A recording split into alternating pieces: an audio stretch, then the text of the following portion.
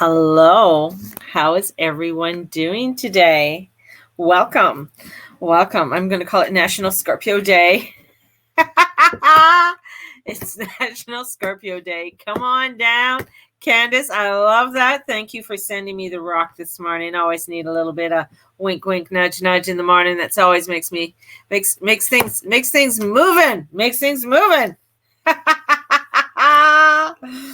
So blessings out there to everybody. I went on a beautiful walk this morning and down into the Glenmore Park. It's by Glenmore Reservoir. Yes. Yeah. Okay. All right. I'll believe that. I'll just add something more than espresso into my drink this morning to keep my beliefs on that one.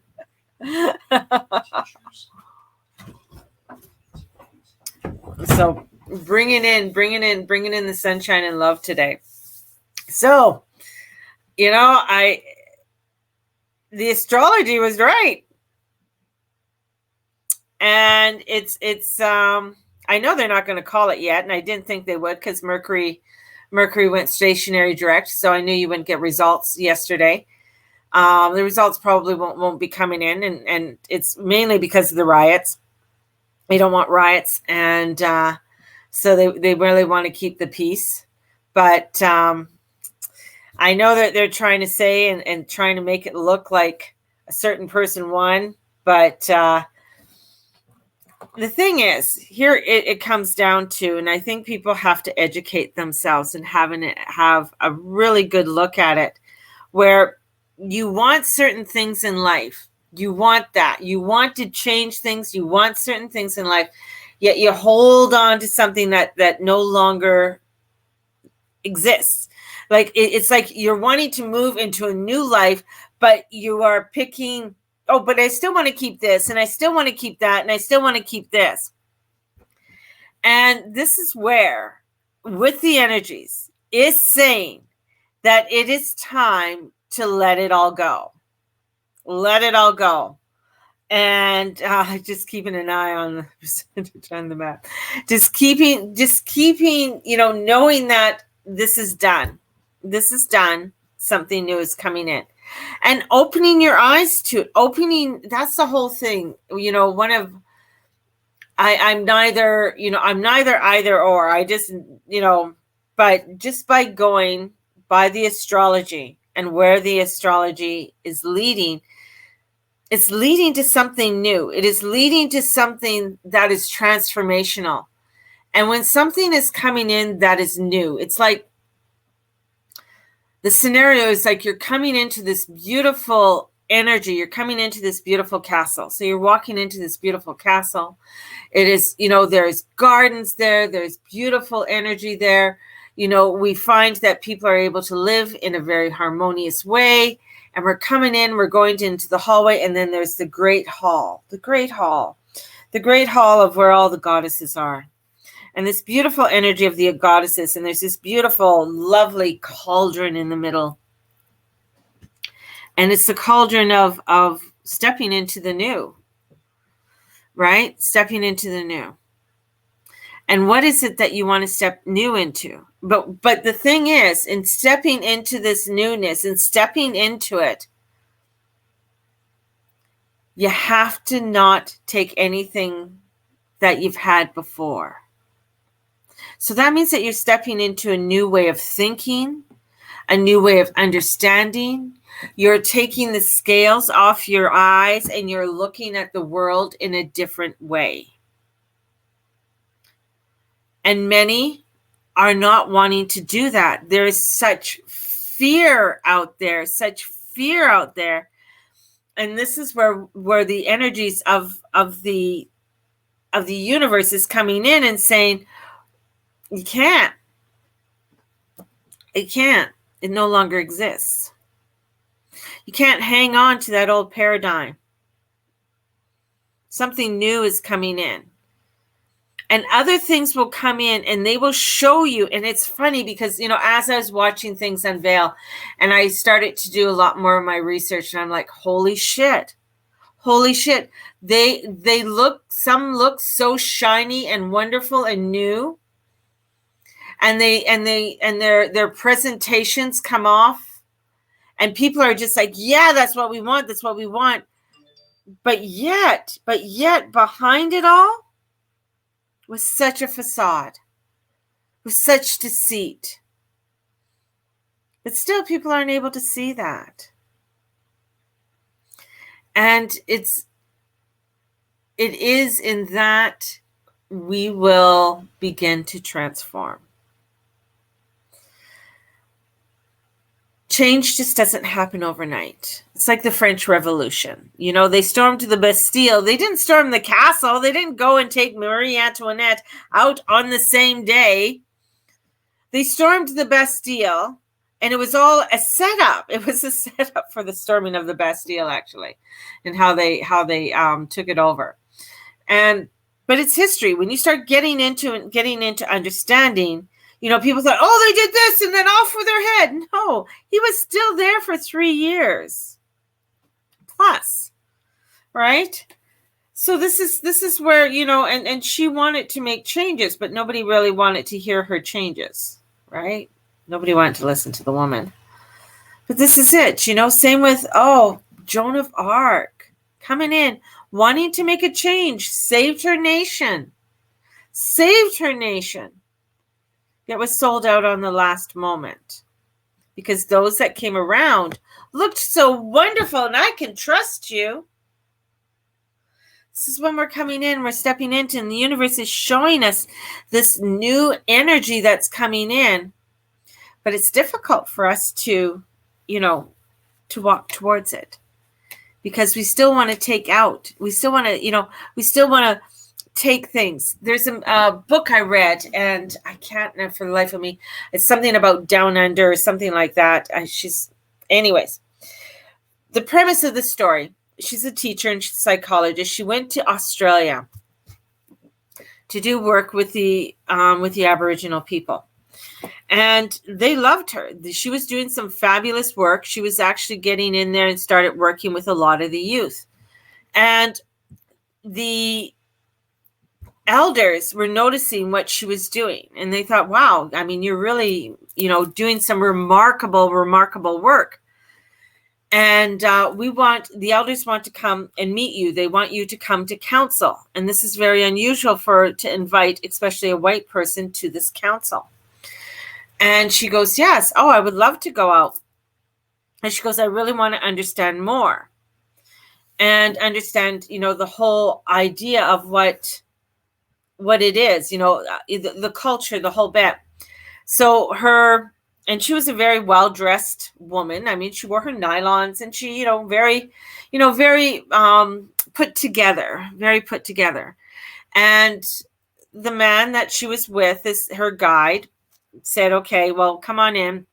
And he goes, well, she packed her bag because they said you're going to be gone for a couple days.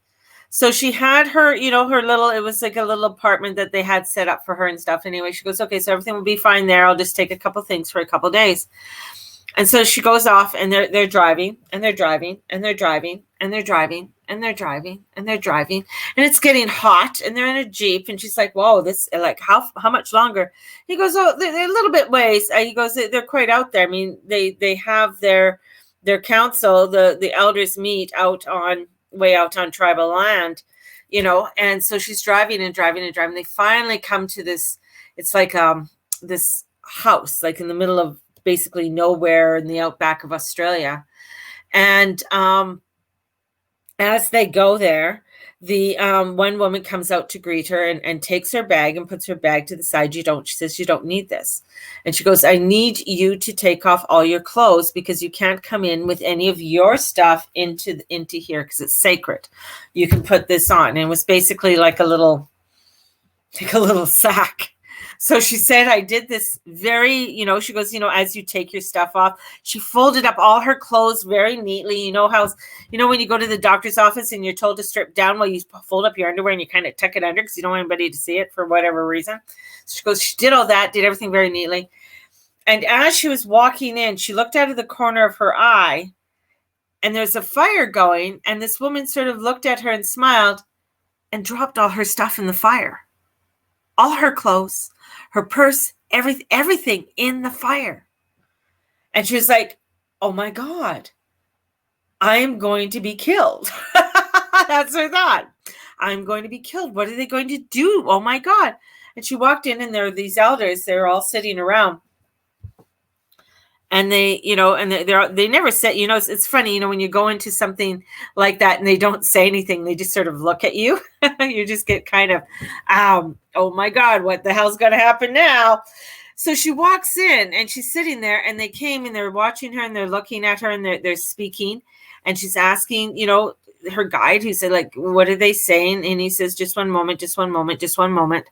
And he says, oh, they said that you can go with them. And she goes, I can go with them? They said, yes, you can go with them, but you have to make a choice. And she said, okay, what is the choice? And they hold out 2 rocks. You choose. She goes, which rock? They asked her, which rock do you want? And she's like, which rock do I want? Like, what do you mean, which rock do I want? Like, she's like thinking, she's like, this is like, okay, you burn all my clothes. Now you're asking me to choose a rock to go with you. She goes, okay, I'll go with this. Cause she goes, she's getting nervous. She just wants to get the hell out of there. She's getting scared. So she chooses a rock, and they look, and they all smile, and they said, good choice. Come on, let's go. And she's like, well, where we're going? He goes, well, we're going for a walk. And they take her on a walk, which is a journey. And all of these other Indigenous, beautiful people, Aboriginals, come and join. And they're going on a walk in the outback, a walkabout. And all she had were the clothes that they gave her, which isn't very much, and a rock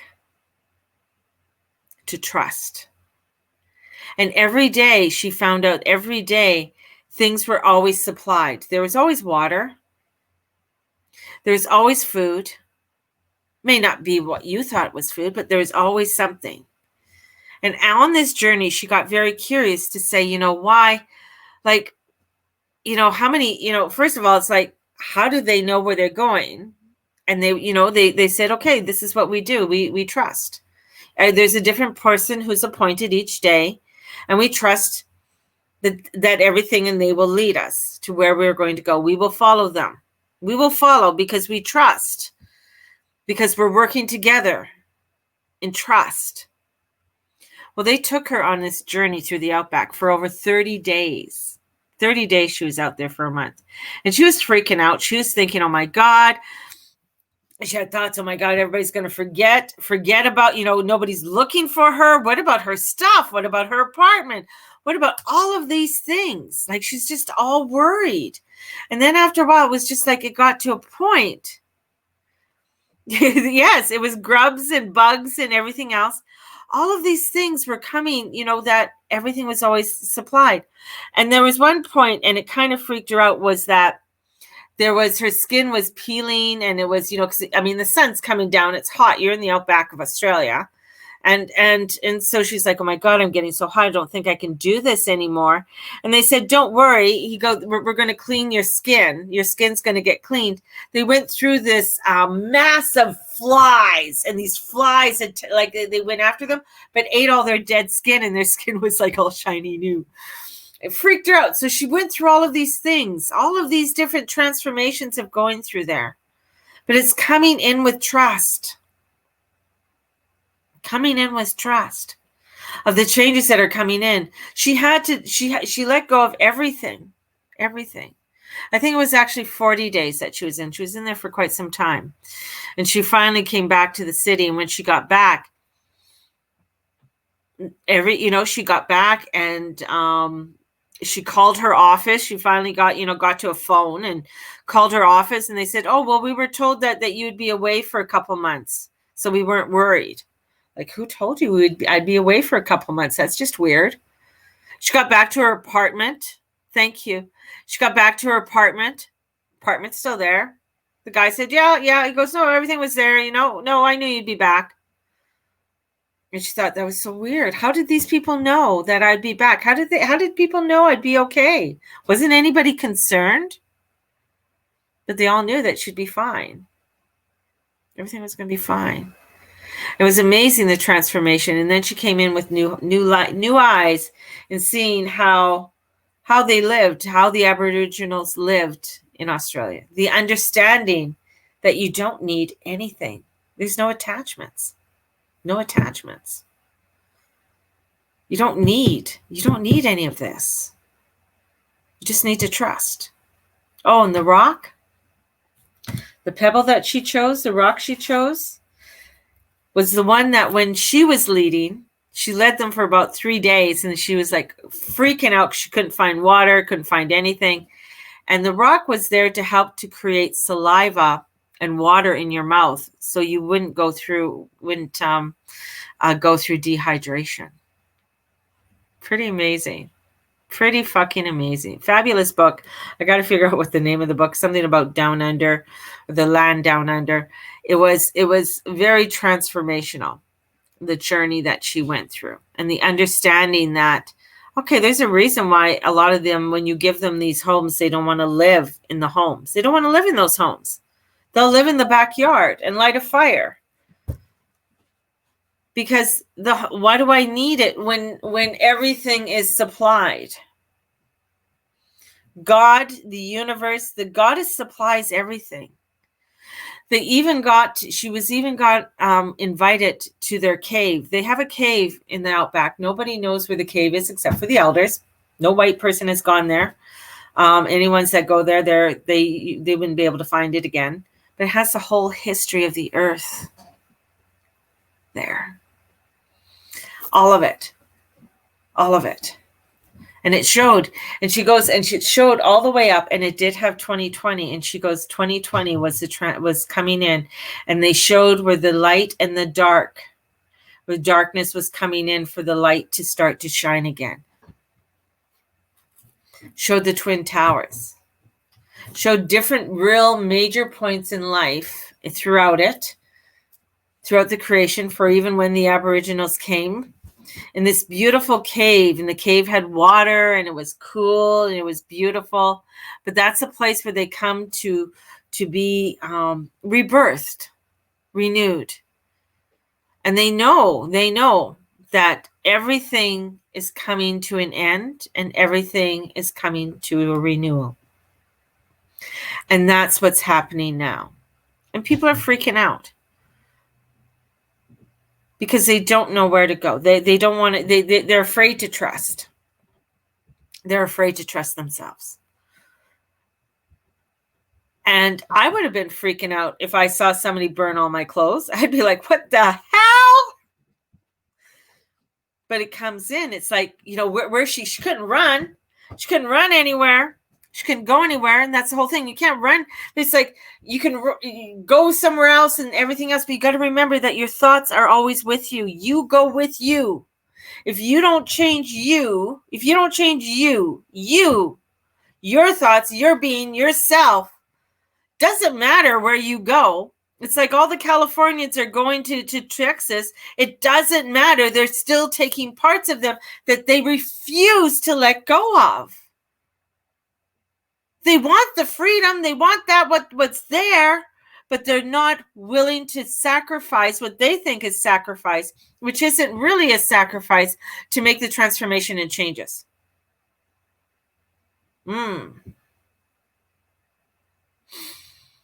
Yes. And come back to yourself. And stop getting so freaked out, like, oh my God, I need this. No. This is where this energy is coming in for change,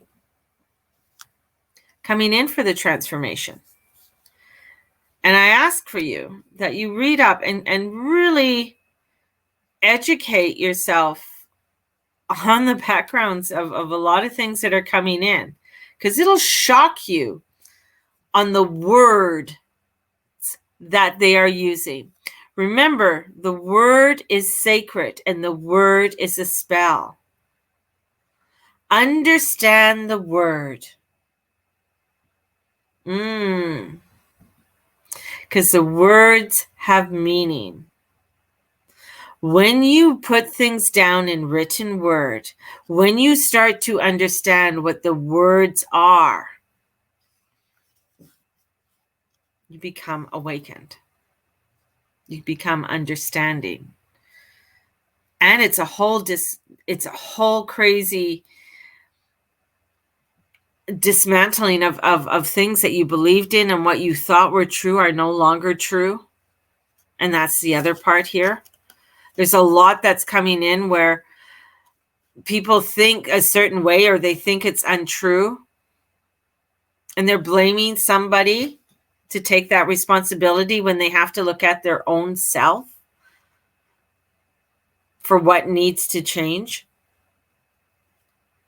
And not that person, that thing, that being, that God, that goddess is going to do it. It's going to be you, because you have everything within you to do it. But you have to make the first step. You are the one who has to allow for the newness to come in. Only you can do it. A psychic can't do it. They can give you guidance, but if the thing is at the end of the day, it is you. It is you. I can't do it for you. You have to do it for yourself. I give you guidance. I help to show you things, give you tools for your toolkit. But if you're not taking the tools out to use them, they mean fuck all. Exactly, Candace. They'll listen, but they don't want to do the work. They want me to give them, and I do. I get people all the time wanting to give them the roadmap. You have the roadmap. I can't see the roadmap. Stop. Listen. What do you need to know today? Ask. Sometimes you have to ask more than once because you haven't been listening. The work. This is what you come down here. The work isn't always easy. It's not easy. It wasn't easy for me to go up those fucking stairs this morning. Because I haven't done it for a while. But going up, and once I got to the top, was like, wow, okay. It made me feel good. Why am I not doing this every day? Because I get wrapped up in my little belief systems or whatever is going on in my fucking head. But you have to know that every day is a process. Every day you have to get up and watch what you're watching. Watch what you're watching and read about it. Go and look at what Black Lives Matter represents. And just for look at my husband just came in. Ah! Happy birthday. Oh, happy birthday. Look it, we got cake. I got cake for breakfast. Here, I can't take this right now. And I got flowers today. Woo! Nice. Thank you. You want a kiss? We get to kiss. Thank you. We kissed on air. Wow. Ooh. Got flowers. Thank you. Woo!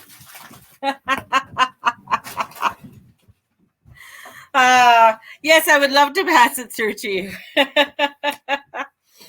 But that's the whole thing. Honestly, go and look at the doctrine or the write-up for what Black Lives Matter. You'll be shocked. Look up what other things what Mr. Biden had to say, and some of the things that he wants to put forth through. It's, even when it comes to our own premier, look it up. What is he trying to do to the school system? This is awakening, right? This is an awakening for us to start to look at and say, okay, I do want to make a change. Maybe, I've called my MLA and I've done different things. Okay, what is my next thing? Okay, I want to start looking at what kind of things can I start to do to make the changes and start to really bring in what I need to bring into my own house. How do I want to teach my grandson? What do I want to bring for my grandson? Right? How do I want to change the teachings in my own classes? right? And bring in newness, right? So this is where, you know, for me, the transformation and changes are coming in. For me to start even looking at how I want to bring in new classes, or even taking up old classes and sprucing them up, adding in something new into it. And I feel that's really important in order for us to be able to take a new stand for things that are coming forward for us in the next coming days. We're heading in for some rough waters, interesting waters, that's for sure, in this month in November. And yes, we have a few places that have locked down in Eastern Canada. Alberta is not locked down, but Alberta's kind of a funny one.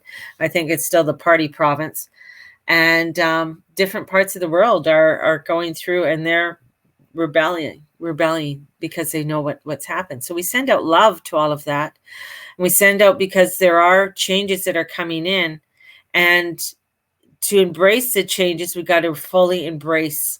And we can't hang on to the old dogma. It is like the lady throwing the beautiful Aboriginal woman taking all her clothes and throwing them in the fire. Our old stuff is all being burnt up. It no longer exists, and we have to walk towards the newness. And it's within inside of us to do it. We have it inside of us.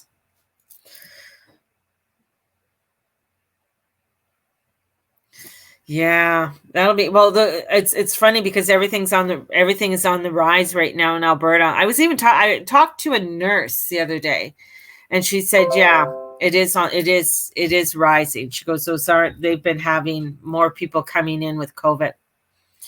And she goes and going into isolation. And some of them are minor cases, but what she was saying is that the minor cases she goes, it might be a minor case, but it's the implications that this virus does, she goes, that are so unknown for the longevity of it. So she goes, what they've noticed, even with some cases that have been mild, that there have been respiratory issues that start to arise. So that I find very, very interesting. So I know Nancy's locked down, and then Kenny's an idiot. He's such an idiot. I hope he hears this. He is such an idiot. But then again, that's where people fell in. They fell into the illusions. They fell into it without doing the education, without doing the research. Oh, we just want to change. Do the research. Educate. You know? We have a racist conservative who's super negative in Okotoks. Oh, yes. I know. And there's a few of them. There's quite a few of them that are coming up and coming out through the woodwork. And that's, that's, again, it's like taking a stand, send them ho'oponopono. All of this, yeah, I mean, that's the only, because the light does win. The light is there, because in that story, she didn't reveal everything for 2020, but she did. One of the things, she said that a lot of the Aboriginals are wanting to go back, but they know they can't. So that a lot of them are going to be going into ascension. So for this next transformation. So there's going to be an ascension of a lot of people going to the other side. And look, he goes, and plus maybe she sits on a tack or something. I don't know if you guys remember, there's a show, Archie Bunker. Archie Bunker was he was a racist, man. And it was a show back in the 70s. And Archie Bunker was just an ass, but you kind of loved him because he was true to who he was. And it wasn't until he had his neighbors were black that moved in next door, and he was just like, whoa. But he got sick. And it was funny. He needed a blood transfusion, and the only person that matched for his blood transfusion was his neighbor who was black. And he didn't know that, but he got a transfusion, a blood transfusion from a black person. And then there was the joke was then after that, and like as if he was going to turn black after that. Now he has black blood running through him. But, it started to make me that, we're all connected. We're all connected. You remember that episode? Yeah, I do. It's just a weird episode that I remember. From all of the episodes, I just I thought it was quite funny because he really thought that when he found out it was like life or death, but it was transformational. It was transformational. They cut down a cultural tree where the woman planted their placentas. It was a sacred ground. That's just, I know. Australia is going through some hell right now. Let me see if I can get it up. I don't know if you watch Rebel News.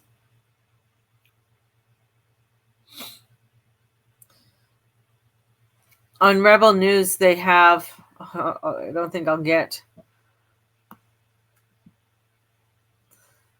it up here, maybe. Anyways, on Rebel News, they had where there's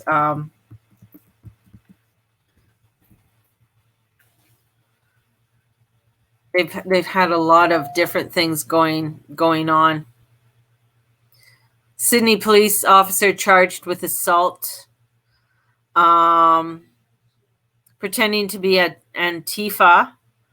There was a guy pretending to be Antifa in Australia, so I gave them traditional Australian greeting. Some guy tried a trick to get into something.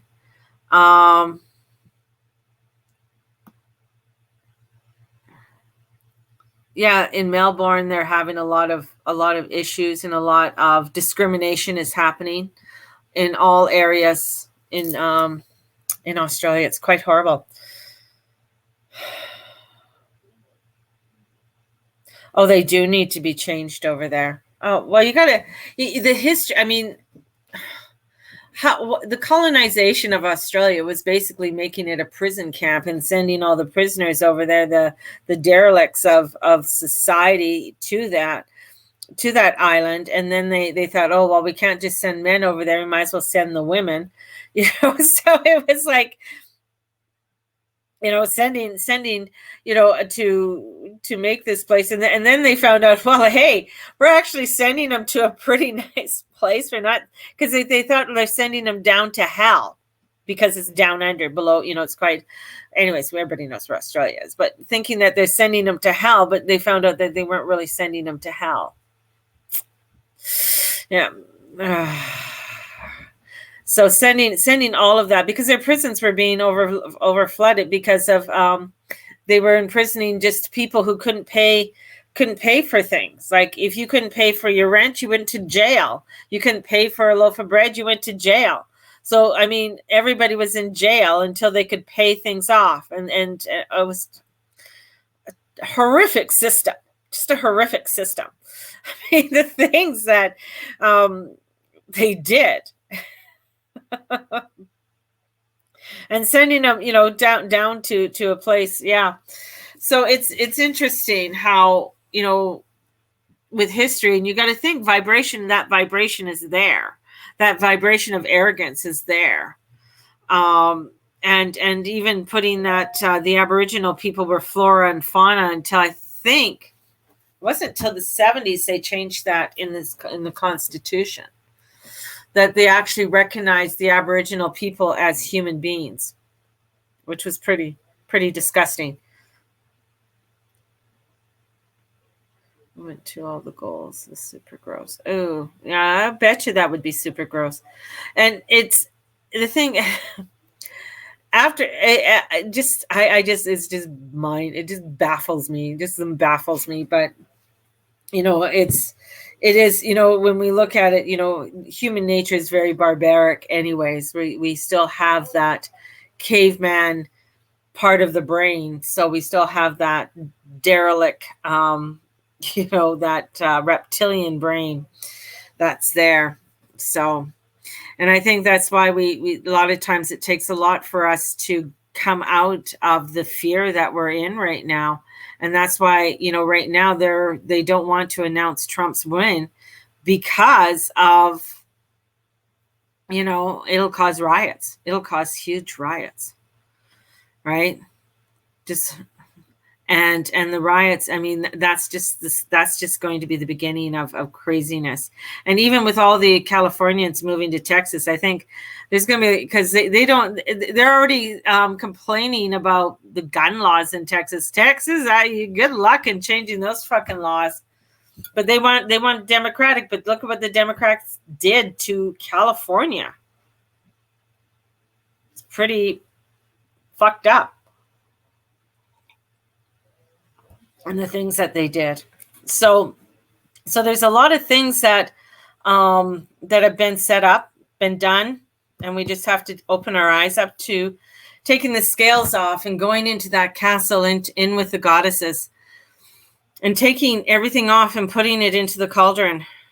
And it's going to be scary as hell, but that's what we have to do in order for us to change and transform into something much more glorious for all of us. For all of us. Because we're all connected.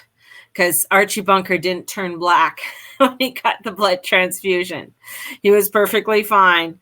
But because we're all connected. We're all connected. And we all need one another in this world. Yes. So sending out so much love to everybody. Thank you, everybody, for the birthday wishes. And I'm going to spend some time. I got a few things that I'm creating and I'm wanting to work on for everything. 2:38 to 2:13. Really? Wow. That's crazy.